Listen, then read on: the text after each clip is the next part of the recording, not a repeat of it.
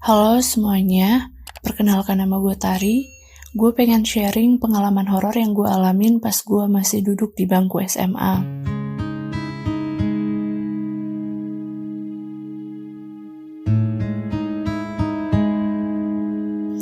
Awal kejadian ini tuh bermula ketika gue sekeluarga pindah ke rumah yang baru. Dikarenakan rumah kami sebelumnya itu rumah dinas, dan bokap pun juga sudah dimutasikan ke daerah yang lain, makanya bokap harus segera ungsikan nyokap gue beserta adik kakak gue untuk mencari tempat tinggal yang baru. Karena emang rumah dinas tersebut mau diisi sama pegawai baru beserta keluarganya kan. Nah, karena kita pindahnya juga dadakan, makanya bokap sama nyokap itu nyari rumahnya juga yang dadakan juga nih. Yang mana bokap sama nyokap ketemu salah satu komplek perumahan, yang mana rumah-rumahnya itu merupakan rumah-rumah yang masih sangat sederhana. Akhirnya gue sekeluarga moving lah tuh ke rumah itu. Pas waktu awal-awal gue sekeluarga tinggal di perumahan itu, emang udah ada omongan dari tetangga yang ngasih tahu ke kita kalau di perumahan itu sering terjadi hal-hal yang mistis. Jadi kejadian-kejadian yang di luar nalar lah, itu sering terjadi di situ.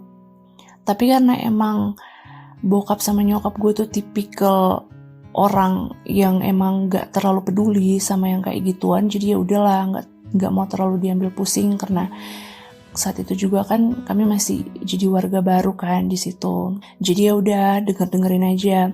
Dan di satu sisi juga bokap kan datang ke rumah kita itu cuman bentaran doang, cuman visit aja lah untuk sebulan sekali gitu. Dan nyokap juga bukan ibu rumah tangga, jadi nggak terlalu banyak ngeluangin waktu untuk duduk dan ngobrol-ngobrol sama tetangga, paling say hello doang karena emang nyokap juga kan pekerja kan. Bokap sendiri pun juga ngasih pengertian ke nyokap sama gue sama adik kakak gue itu untuk sementara kita tempatin dulu rumah itu. Sembari bokap sama nyokap nyari rumah yang baru yang kita lebih suka untuk tempatin dan merasa lebih nyaman gitu kan. Karena saat itu juga gue masih SMP dan adik kakak gue juga sama lah, masih ya kita masih umur-umur kecil lah.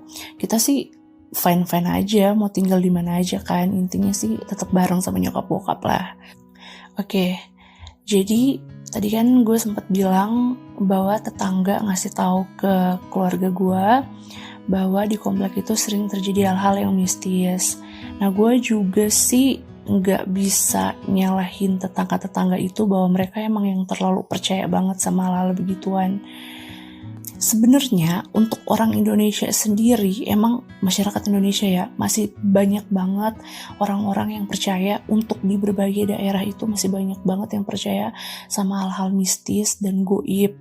Tapi emang banyak juga orang-orang yang udah open minded, nggak terlalu peduli sama yang kayak gituan. Nah kebetulan gue tinggal di salah satu daerah yang emang terkenal banget akan mistisnya. Jadi di berbagai daerah di provinsi yang gue tinggalin ini tuh emang masih kental banget hal-hal yang kayak gitu ya.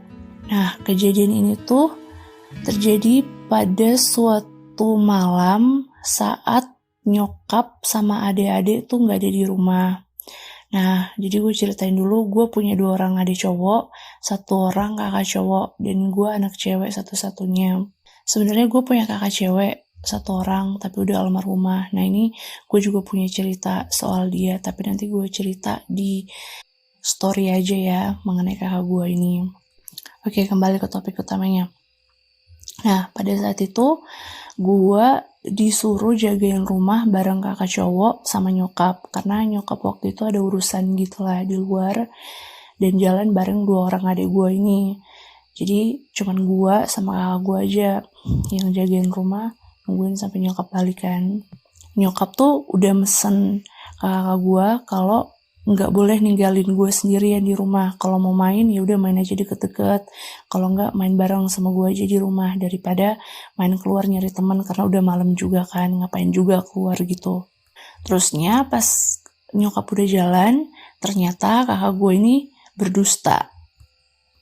Yang mana dia tuh tiba-tiba ngomong sama gue, gue keluar bentar ya, main ke rumah temen dulu.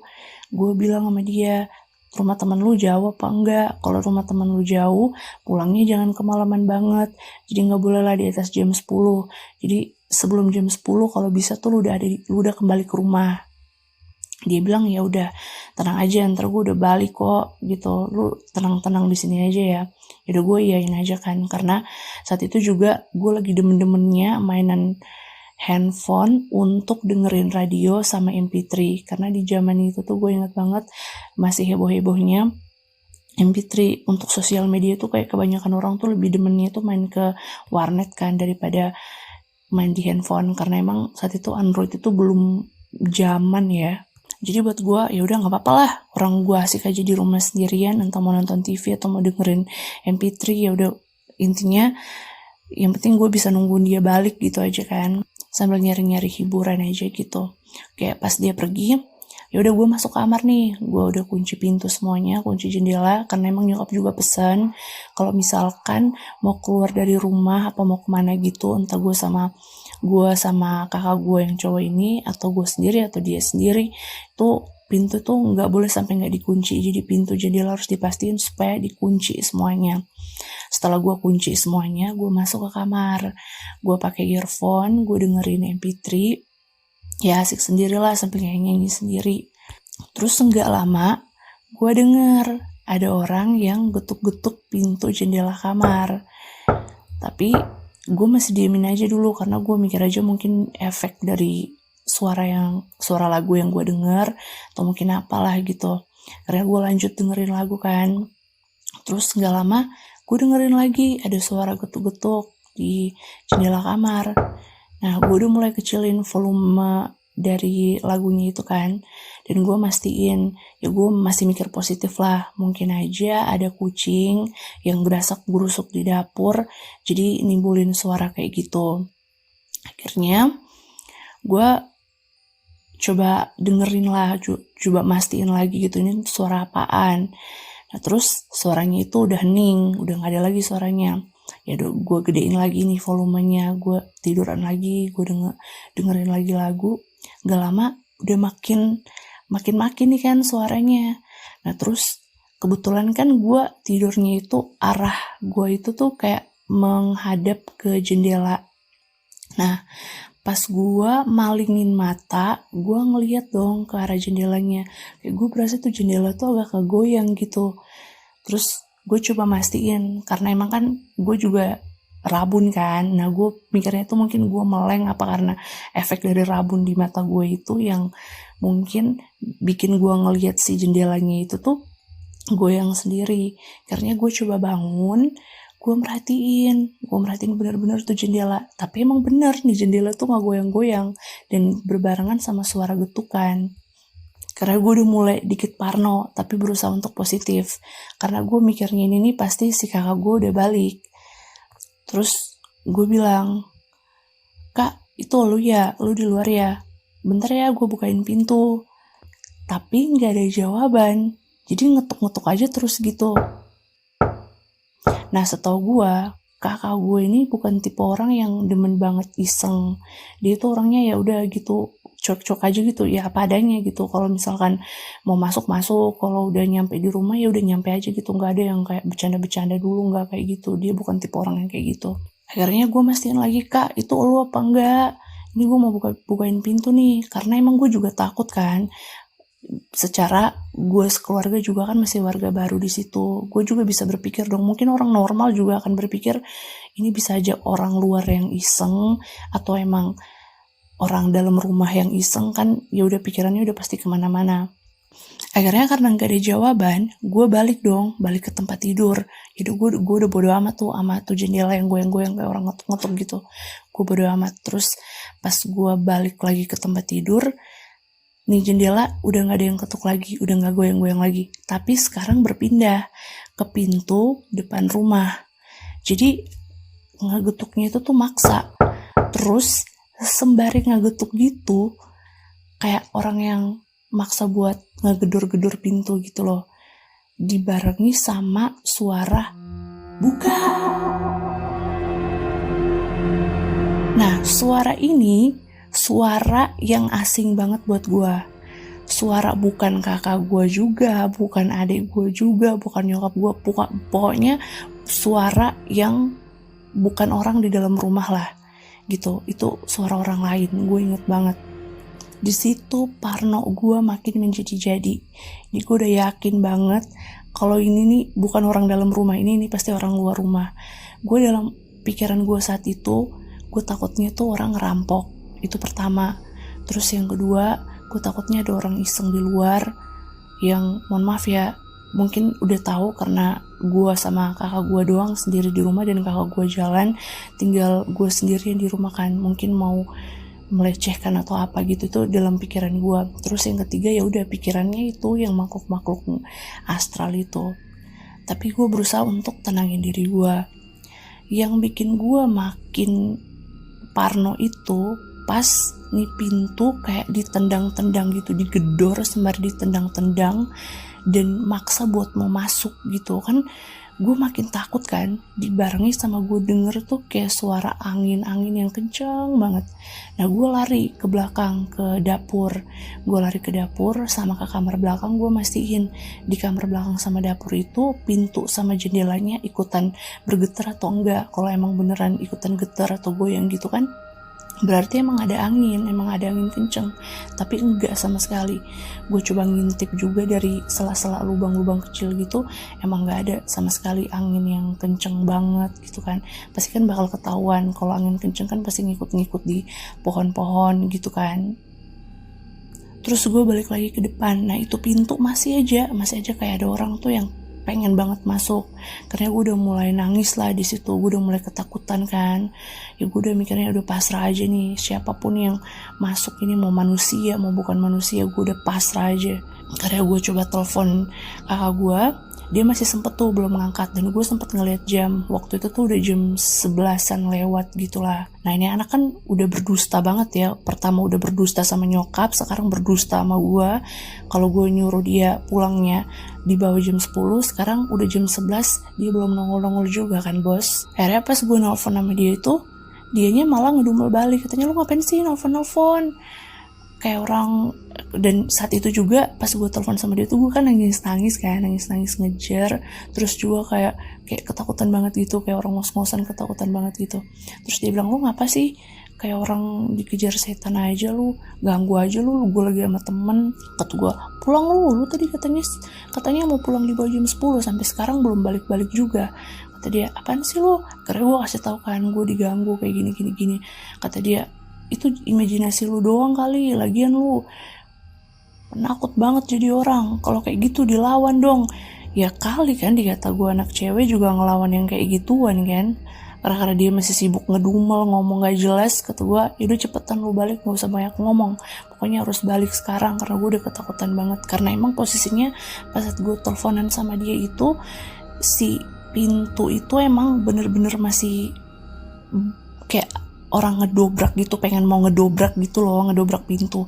Dan saat itu juga bukan hanya pintu itu doang, tapi di jendela kamar yang tadi gue takut banget itu juga, itu kejadian pertama yang di jendela itu juga sama gitu. Dan gue udah mikirnya ini bukan satu orang doang, ini udah lebih dari satu orang, karena posisi antara jendela kamar sama pintu depan itu kan jauhan banget kan. Nah itu bisa berbarengan, itu gimana ceritanya?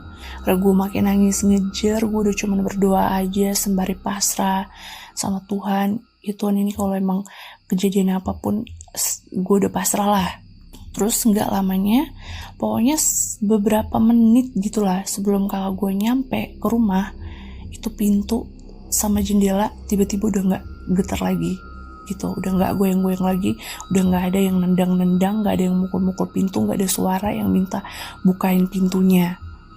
Pas kakak gue masuk, gue bilang sama dia, gue pengen tidur sama lo. Gue ceritain ke dia kan kejadiannya, dan dia emang gak percaya sih. Dia kan karena belum ngalamin juga, dan dia gak ngeliat langsung, jadi mungkin wajar aja sih dia gak percaya. Dia bisa mikirnya mungkin gue yang halu lah apa gimana gitu. Terus karena gue sambil nangis-nangis, gue minta pengen tidur bareng di kamar dia. Terus dia tuh gak mau, karena emang kakak gue tuh tipe orang yang cuek banget gitu. Ngapain sih gak mau gitu loh tidur gabung. Ya udah kalau udah punya kamar masing-masing tidur sendiri-sendiri aja. Tapi kan saat itu gue emang parno banget, jadi gue pengen banget tidur bareng dia sampai nyokap dateng gitu. Akhirnya skip dari kejadian itu, udahlah gak ada kejadian-kejadian kayak gitu lagi kan. Akhirnya selang beberapa waktu nih, gue lagi mainan handphone. Nah, karena kebetulan di tempat tinggal gue itu untuk jaringan emang agak susah ya. Jadi gue nyari sinyalnya itu di belakang rumah. Nah, di belakang rumah gue itu untuk nyampe ke RT yang sebelah itu kayak dibatasin sama jurang kecil. Jadi ada jurang yang kecil banget. Nah, itu enggak yang terjal ya. Kita masih bisa main-main di bawah. Orang gue sama teman-teman komplek itu biasanya juga nangkring di bawah gitu buat kayak main-main gitu lah. Nah, sambil nyari sinyal, gue nyantai dong. Jadi semakin malam, gue nyari sinyalnya itu dari sore menjelang malam sampai malam banget. Pokoknya waktu itu udah jam 10, jam setengah 11, gue mainan handphone tuh. Karena waktu itu lagi asik-asiknya Facebook kan. Jadi gue buka Facebook, gue masih ya komen-komenan sama temen gitu, asik sendiri lah. Sampai gue lupa waktu nih, karena emang nyokap tuh udah negur gue, Dek masuk rumah karena udah malam, udah negur gue dari beberapa jam sebelumnya. Tapi gue bilang entar, kebiasaan lah ya anak muda kayak gitu. Akhirnya gak seberapa lama dari itu, gue kayak ngeliat ada api. Gue tuh mikirnya api itu ada orang yang lagi bakarin sesuatu di bawah jurang itu. Tapi setahu gue kalau malam emang tuh gak ada orang yang lewat situ lagi, udah gak ada orang lah. Kalau orang mau lewat pun itu dari pas masih terang gitu. Kalau udah malam gak ada yang mau lewat situ karena emang udah hutan-hutan gitu loh, udah banyak pepohonan. Nah, gue mastiin lagi, gue mikir juga selain ada orang yang ngebakarin sesuatu di situ, entah bakar sampah atau apapun lah di situ, mungkin gue mikirnya ada yang megang obor. Tapi ngapain juga ya ngelewatin situ, cuman ngelewatin bentar doang harus bawain obor segala gitu kan. Cukup dengan senter dari HP atau pakai senter aja udah cukup gitu, lebay banget kan ya, udah kayak di hutan belantara gitu bawa obor segala. Ya, gue diemin aja dulu. Nah, gue lihat ini api kayak muter-muter, kayak jalan muter tapi cepet gitu. Gue udah mikirnya ini siapa yang kurang kerjaan malam-malam muter-muter pakai obor gitu kan. Kayak udah kurang kerjaan banget gitu. Akhirnya ya udah gue diemin aja dulu, gue masih diemin aja kan, udah biarin aja tuh api gerak-gerak sendiri di situ. Akhirnya gue tetap fokus sama handphone, gue masih komen-komenan sama temen gue. Tapi gue lihat nih api udah makin naik ya, jadi makin naik tinggi gitu kan, meninggi dikit-dikit, tapi nggak sampai yang ke ngelewatin dari batas pohon di situ, nggak ngelewatin sampai ke atas banget, cuman sekitar area situ doang. Udah gak lama dari situ, gue perhatiin aja kan, terus gue masih sempet negor. Dan emang bokap sama nyokap tuh pernah bilang kalau untuk ngelihat hal-hal yang emang kalau itu api beneran dibakar sama manusia emang gak apa-apa. Tapi kalau emang itu api-apian ya dalam tanda kutip, itu kita gak boleh ngomong apapun, gak boleh negur juga, gak boleh diapa-apain, diemin aja gitu. Nanti takutnya bakal kenanya ke kita. Karena gue juga orang yang gak percaya sama gituan, dan dikasih pengertian sama bokap nyokap juga gak usah terlalu percaya sama yang gituan. Ya udah, guenya negor gitu, siapa di bawah situ, ngapain? Tapi nggak ada jawaban, nggak ada gerak, nggak ada denger gerakan suara kaki atau gerakan orang gitu, nggak ada sama sekali. Terus gue iseng-iseng ngangkat batu, gue lempar kan yang ke arah api itu. Tapi tuh api tuh tetap aja diem gitu, muter-muter gitu. Nah, gue udah mikir yang ke arah, oh ini kayaknya bukan orang nih yang bareng sama nih api ini, kayaknya udah yang gak jelas lah, udah yang gak benar. Tapi gue tetap diem anteng di situ, gue seolah-olah tuh kayak nggak boleh ketakutan gitu kan. Terusnya pas saat gue udah mulai parno, nggak lama bokap keluar. Ngapain di situ? Dari tadi mainan handphone mulu. Ya udah masuk, udah malam banget nih. Akhirnya gue bilang iya, gue kan masih, karena bokap kan munculnya dari belakang, karena gue ngebelakangin bokap gitu kan. Terus pas gue balik lagi ke depan ke arah api itu udah gak ada. Padahal itu cuma beberapa detik doang gue ngomong sama bokap gue. Kalau misalkan manusia nih ya, kalau misalkan itu beneran orang, ini dalam pikiran gue doang, Itu kalau beneran orang kan pasti ada jangka waktunya dong, rentang waktu dia masih jalan, terus bakal kelihatan gitu. Tapi ini tiba-tiba udah nggak ada, udah hilang gitu aja. Akhirnya udah gue diemin, gue masuk. Pas gue masuk, gue cerita sama bokap sama nyokap. Nah bokap sama nyokap tuh bilang, kamu tuh juga ngapain main-main sampai malam di situ, udah tahu anak cewek masuk ke dalam rumah, ngapain di luaran. Nyokap nih yang parno, karena gue ngerasa sih nyokap yang emang masih agak kebawa gitu ya, hal-hal kayak gitu tuh masih agak takut juga, walaupun emang ngasih pengertiannya kita nggak usah terlalu percaya sama kayak gitu, cuman adalah sisi manusiawi yang masih percaya kayak gitu kan. Nah terus bokap gue ini malah tipe yang kayak udah nggak apa-apa deh, kamu harus berani walaupun anak cewek kayak gitu-gitu. Akhirnya udah nih, setelah itu nggak ada kejadian apa-apa ya. Jadi emang pas gue ngeliat itu tuh nggak ada efeknya ke gue sama sekali, tuh nggak ada. Cuman pas saat itu juga dapat cerita dari tetangga, itu tuh persis banget, bukan persis banget juga, cuman secara garis besarnya itu sama seperti yang gue lihat saat itu. Akhirnya bokap sama nyokap pun juga yang tadinya nggak peduli banget sama kayak gitu, akhirnya jadi lebih peduli, jadi lebih aware, jadi lebih menjaga keluarga gitu kan. Akhirnya bokap sama nyokap pun juga nyari tempat yang baru, yang mana kita pun juga pindah ke komplek perumahan yang perumahannya itu orang-orang yang menurut gue sih lebih open-minded, karena saat gue sekeluarga pindah ke perumahan yang baru itu pun juga orang-orangnya itu tuh udah langsung nawarin kita tuh untuk masuk dan ikut dalam kegiatan rohani. Jadi untuk setiap bulan suci gitu kita ada kegiatan-kegiatan rohani gitulah. Nah mungkin sampai di sini dulu cerita gue. Ngeri enggaknya, serem enggaknya sih itu tergantung dari masing-masing ya. Tapi ini pengalaman gue pribadi dan sembari sharing juga untuk supaya kita sama-sama itu bisa lebih banyak serah kepada Tuhan, berdoa dan meminta perlindungan dari Tuhan supaya kita selalu dijauhkan dari hal-hal yang tidak kita inginkan. Terima kasih udah mau dengerin. Nanti gue sharing lagi pengalaman horor yang gue alamin, dan maaf banget kalau misalkan gue ngomongnya itu berbelit-belit, karena emang gue gak pandai banget untuk merangkai kata dengan baik dan sempurna. Terima kasih.